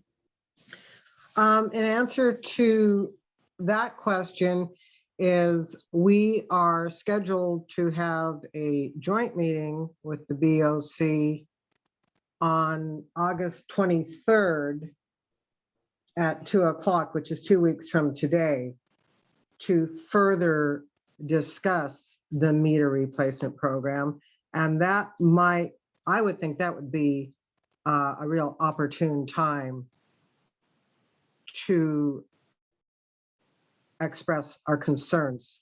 The with commissioners, respect. yes, yeah, the commissioners are aware of that date to the CAB, and we assumed as a board, I believe, that would be the process on the 23rd, that you would be able to voice your discussion items or your concerns or recommendations to the board at that time. And in the interim, staff and the commissioners could talk a little bit about this as well at our next meeting and give some direction to Kevin to what we want Gordon maybe to do within the RFP. So does that make sense? Does that help?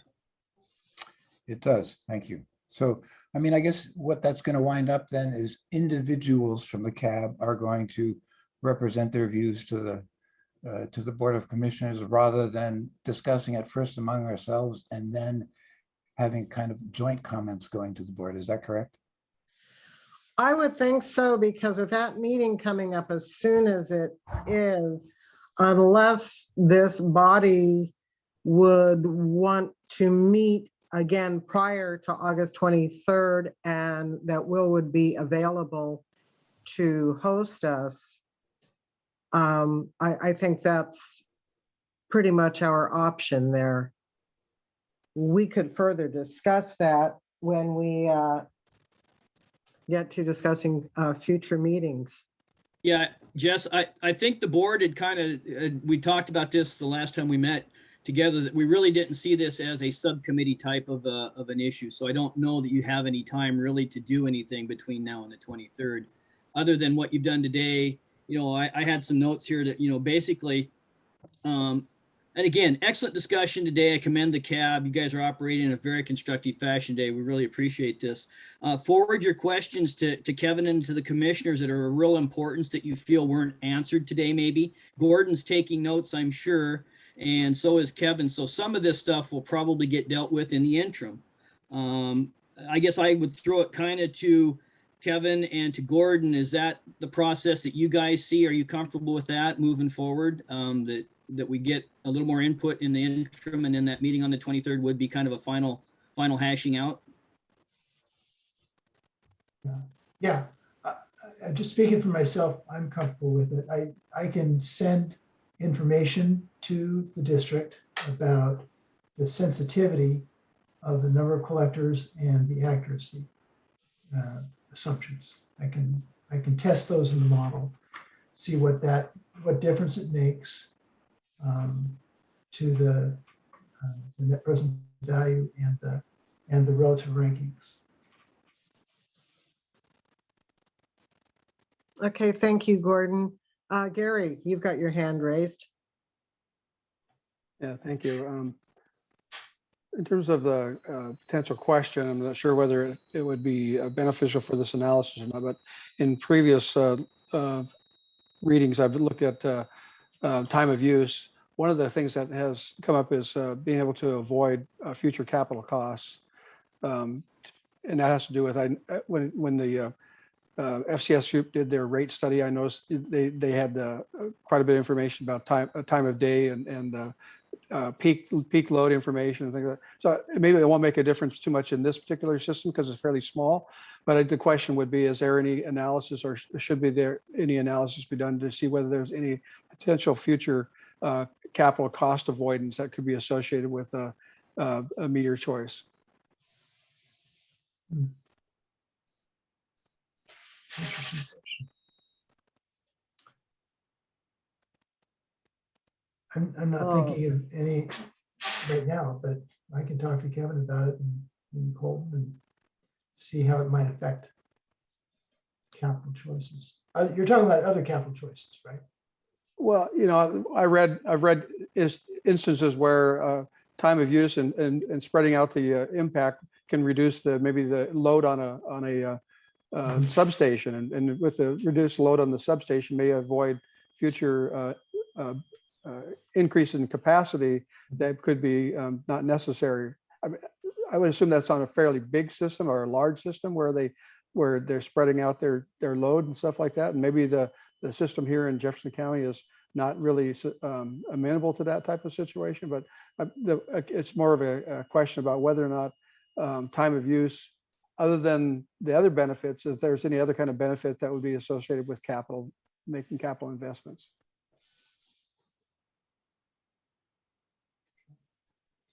Well, that's a question I would talk to Kevin about and the engineers to say, if you implemented time of use metering for residential customers, if it had the intended effect, could you delay construction of the substation? You know, that's the type of question. I'm not sure they would want to put a number on it, because there's so many variables go into making capital investment decisions, but certainly, I mean, the whole purpose of time of use metering is to do that very thing. I will say Thank you. quickly, if we have some feeder lines that if we could move the peak would help the PUD during the winter. Mhm. Okay. Okay, thanks for that, Kevin. Looks like Tom, is your hand raised again, Sorry. please? Okay. Sorry. Okay, all righty. Do we have any other questions or comments from the CAB? I will just say that I want to thank Gordon for an excellent presentation. I was at the board meeting for his original presentation at the board, and this was just very clear and easy to understand. And thank you so much for that. I'm going to just check real quick if there's anyone from staff or if Don has any comments to weigh in here. I would just say that this process is going to go on after the joint meeting. So this is just kind of a continuing process of analyzing this thing before decisions are made. But I think you're asking the right questions. I think reaching a consensus among the CAB board maybe is not as important as getting your questions out. And from my perspective, just looking at the kinds of things you're asking, I think looking at the study ingredients, the menu of things that are on the agenda for coming up with a conclusion, looking at assumptions and options, along with the verifying statistics, and then finally looking at through the options a cost benefit analysis. Those are the kinds of questions that you're beginning to ask here. I think it's if you have those, it's going to be important for the board to hear them because that will dictate what the next steps will be. So I think you've done a good job here today, and I think Gordon did too. Thank Yeah, and you for- I'll, Jess, this is Dan. I'll reiterate, yes, forward those questions to Kevin and the board. So we have, I've heard you today. I don't know if my fellow board members will get a chance to listen to the audio. I can't honestly report in depth to what you guys talked about today at our next meeting. So if you forward those really important questions, specifically ones that you felt may not have gotten fully answered to Kevin and the board, that'll be helpful when we meet at our next board meeting on the 17th. So with that, I see you got another hand up from the public too. Yeah, I do. And I do want to get moving along here. And I will discuss that further as we go to our future meetings. But we are at a point where we are ready to listen to the public. Annette, I see you've got your hand raised. Thank you for your patience. Am I audible? You are audible. Great. So actually, I'll go video too. The propagation study. Gordon, thank you for your work. Jessica, thank you. You're doing a fine job of handling the meeting. I really appreciate that. Gordon, the propagation study that all of the bids that were given in 2017, none of them included a physical prop study. And I did a public records request that yielded some alarm from Itron when I found the record that said, did the RF prop study show up today? This is from a PUD contractor. And the reply was, it does not look good for FN. I would still like to hear from you, Kevin, or somebody else here, what that means, what FN means. I'll call you later and I'm driving. So the final reply to that little brief thing was, no, it does not look promising. Based on what I am seeing with the MC Lite, the count is about 150 more collection repeater points than I thought we would require. Using the study numbers, we would need a CCU for every 100 meters. In a sparsely populated south, that ratio could drop below 50-1. Any chance of a pilot to see what the RF prop is really like? So I am one of the co-founders of this group called SMOG, the Smart Meters Objectives Group, Gordon, and we spent a year or two just about 24/7 researching this. And if our PUD can get whoever the provider is of these services to say that however many collectors, repeaters, whatever infrastructure is needed beyond what they put in the bid, I'll vote for it 100%, and I'm sure that the whole public will, but that has not been the case.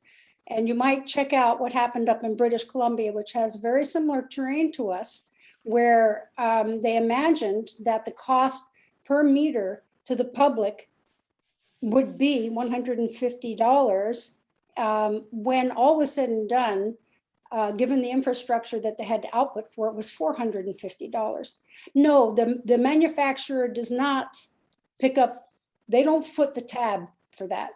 The public does. They foot the tab for, at least in every 100 situations that we looked at. No, it is the public that foots the bill for whatever underestimation there is. The warranty for the AMI and AMR meters is 1 year. I know Kevin knows that. The analog, when we were doing the research a couple of years ago, was 2 years. And I'll give you the example of Benton County. Annette, Yeah. I'm going to need you to wrap 3 up. You're minutes. getting down. Yeah, you're getting close. You got about another 30 seconds. Thank you, Jessica. Benton County, Itron installed a batch of new meters, and 20,000 of them went south within 2 years. Itron did not put in 20,000 new meters. They gave him a 50% discount on the replacements. That's how it works with this industry. Thank you. Thank you for your comments. There's my And- hero. Okay. Annette, your hand is still up. I assume that's just you haven't put it down yet. That's correct. Now I have to figure out how to put it down. Okay. All righty, and I need to figure out how to. Did we have anybody else from anybody who needed to comment? If not, Gordon, thank you so much for your time and the hard work you put into this. And we really appreciate it, and we'll look forward to working with you more as we go through this process. And I'm sure you have other things to do. So if you don't feel like hanging out with us for the rest of the meeting, we'll just say good afternoon to you then, sir. Okay, sounds good. Thank you very much, Jessica. Thank you. Okay. Moving on to item 5.2, future meetings. We discussed that a little bit. One thing I would like to add to that, Commissioner Trooper mentioned sending your questions and concerns to the general manager and to the board. I think it would work really well if you would send them all to me, and then I could send them all on at the same time. So maybe we wouldn't get piecemeal on that. So if I could have everything by a week from today, that would give me time to get that out to the board and to Kevin, and they would have it for a full week prior to the August 23rd meeting, if that's agreeable with everyone.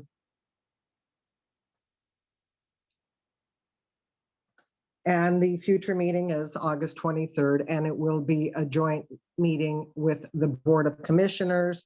It will be a Zoom meeting. It will be co-chaired by Commissioner Collins and myself, and it will begin at, I believe it's 2:30 instead of 2 p.m., but I will get something out to you to confirm that. It is 2:30 for a commissioner's conflict. 2:30. Okay. Thank you. Okay. We get a commissioner's conflict at 2:30? I can hardly wait. Okay. Other cab business. This seems to be pretty all intensive right now, and I don't have anything. Does anybody else? Going once?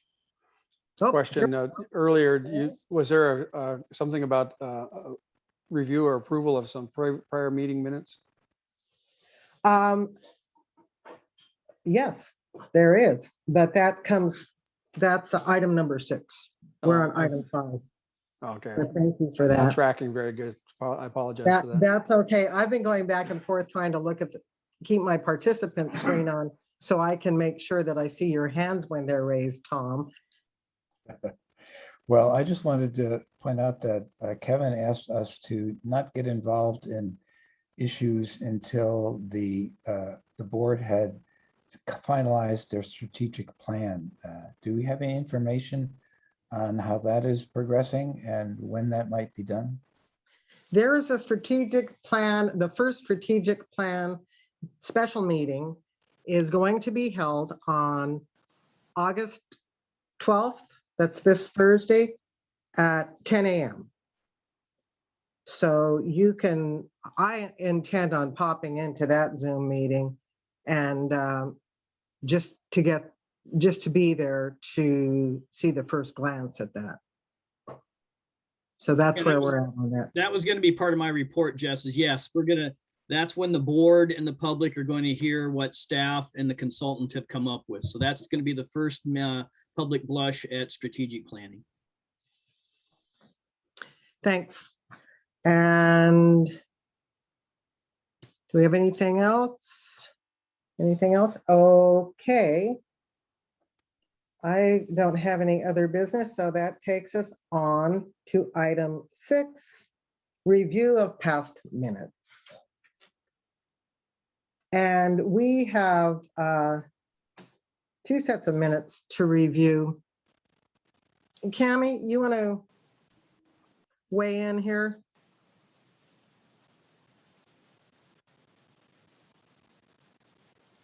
What do you need from me, Jessica? What do you need from me? Oh, I just, now we had 2 sets of minutes that you provided to us.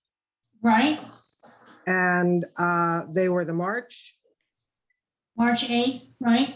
20 Right, March 8th, and then there was the joint, The joint, okay, the joint BOC meeting. right. So let's go over the March 8th, yeah, the March 8th minutes. Does anybody have any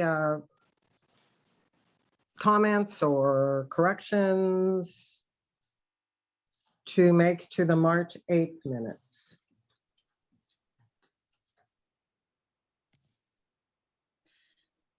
Okay.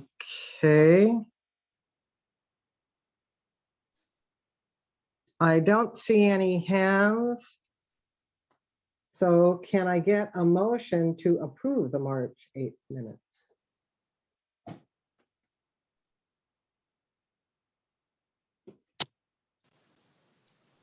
Anyone? Tom? So moved. Okay, Tom Engel has moved to approve the minutes of March 8th. Second from Gary. A second from Gary Rowe. All those in favor of approving the minutes from March 8th, say aye or raise your Aye. hand. Aye. Aye. Aye. Any opposed? Okay, let's move on to the April. What was the date on the April minutes? I don't have them in front of me. No, April, May the 10th. May, I'm sorry. Yeah. Okay, May the 10th, and that was the joint meeting with the Board of Commissioners. We will need to approve these minutes, as will the board, because it was a joint meeting. Does anyone have any corrections to make to the minutes for the May 10th joint meeting with the BOC? I'm not seeing any hands. Okay, you see anything there, Will? I don't see anything. Okay, Okay, great. Here again, I would entertain a motion to approve the minutes of May 10th, 2021. Bob McCauley, so move. Bob McCauley is moved to approve the minutes of May 10th. Do I have a second? Second, Tom. Tom Engel has seconded. It's been moved and seconded to approve the meetings of May 10th. All those in favor say aye. Aye. Aye. Opposed? Okay. Those have been approved also. Thank you, Cammie, for your great work on these, and I'm glad you're feeling better. And now we're on to Commissioner Tupper. You're up. Thanks, Jess. I'm going to shorten my report up since we're kicking off the budget cycle with a Moss Adams presentation at 5 p.m. So I'll cut mine down here. I had a bunch of stuff on broadband. Maybe I'll just defer to Kevin on broadband. He might be part of his report. So I'll go start off with, we completed our cost of service studies for electric and water divisions, and the board approved rate increases for both. Sewer rates are still pending. We're still carrying a large amount of customer arrearages due to the governor's shut-off moratorium. We have staff that are working on ways to help customers address that issue, but that's going to continue to be somewhat of a revenue issue and a public relations issue for the utility as we move forward. So we may have to help you guys help us get the message out at some point to the community as to, you know, what's going to happen on that side of things. We'll see what the commission thinks as we move forward. We're about to begin, Commissioner. Oh, we already talked about the strategic plan, that meeting that's coming up. We're kicking off the 22 budget process. I told you about that tonight. We also attended a presentation by Jefferson County Public Works and the County Commissioner Heidi Eisenhower on the Hadlock Sewer Project. It still remains to be seen what roles the PUD may choose to play in that project beyond the fact that we're the water purveyor in that footprint of that proposed area. We added a new water LUD in the Shine area and secured a $500,000 loan for them through the Department of Health Office of Drinking Water. And the PUD will have a seat on the EDC Board of Directors. And I'm going to stop with that as my current report and go ahead and let Kevin take it from there. Are there any questions? Gary's got his hand raised. Yeah, quick Go ahead, question, Dan. Is there an opportunity, or is the PUD looking at opportunity to look at some kind of a dig once policy that they could work with the county in terms of putting in conduit, other types of infrastructure while they're doing the project in Port Hadlock? Well, the Port Hadlock could be some boring and other things. I'll defer to Kevin on that. We already have a dig once policy somewhat set up already, and we have some new construction rules in place as well. So I'll defer to Kevin for the finer details of that, Gary, if you don't mind. No problem. Thank you, Commissioner Tupper, for your time. I know it's been a long meeting, but we kind of anticipated that it would be. A lot of good work got done. Thank you. And Kevin, you're up. I'll keep it quick. We have been trying to work with the city and the county on a dig once. Has not been very successful with either the city or the county. There's some issues with the city water. The county has some easement issues, so we continue to push on it. We have tried to work through some state places to help us push the policy forward. It would be great if we could do it, but it's been a real struggle. Also on the specific Hadlock sewer, because so much of that is tentatively now to be bored, it does not lend itself well for putting in additional pipes.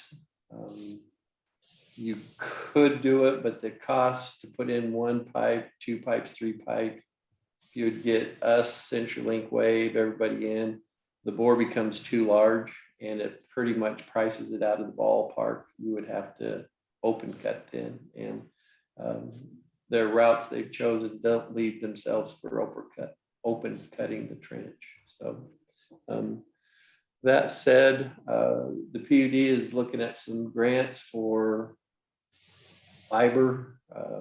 We have a project, Discovery Bay in Quilcene, roughly $12 million, where we partnered with the state for NTIA grant. It looks pretty promising.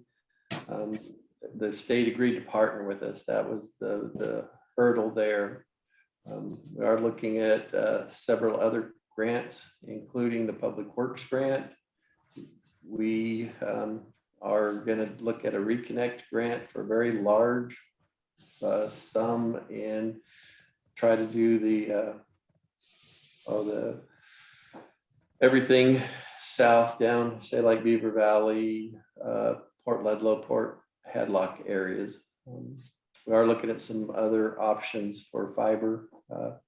Right now, it's sad to say, but there's billions of dollars for fiber and very few dollars for water. We are looking at a loan for the water tank in Quilcene. I can get 12 million and no matching for an NTIA grant possibly. And for water, there are no grants available. It's all low interest loans. So that's the world we live in. With that, unless there's questions, I'm done. Jerry, did you have a question? I saw your hand raised. No, I think it kind of got answered. It was, as a general rule, when you dig a trench for power or water or sewer, do you also drop in conduit for future fiber, assuming that fiber is not already available underground?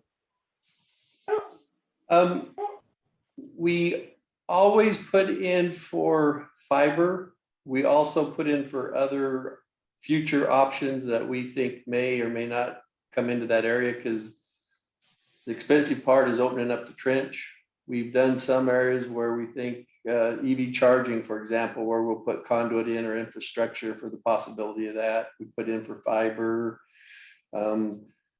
Future development, if we think there's growth in the area. So we do throw a lot of extra conduit in the trench, Jerry.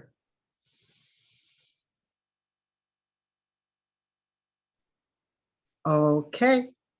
Does anybody have any more questions for Kevin? With that, I would entertain a motion to adjourn. So moved, Tom. Second from Gary. Okay, so it was moved by Tom, seconded by Gary, and all those in favor say aye. Aye. Aye. And aye, and it's 4:19, and this meeting is adjourned. Thank you, gentlemen. Thank Great you, discussion. Kenny. Great Good job. discussion. Yeah, good job, everybody.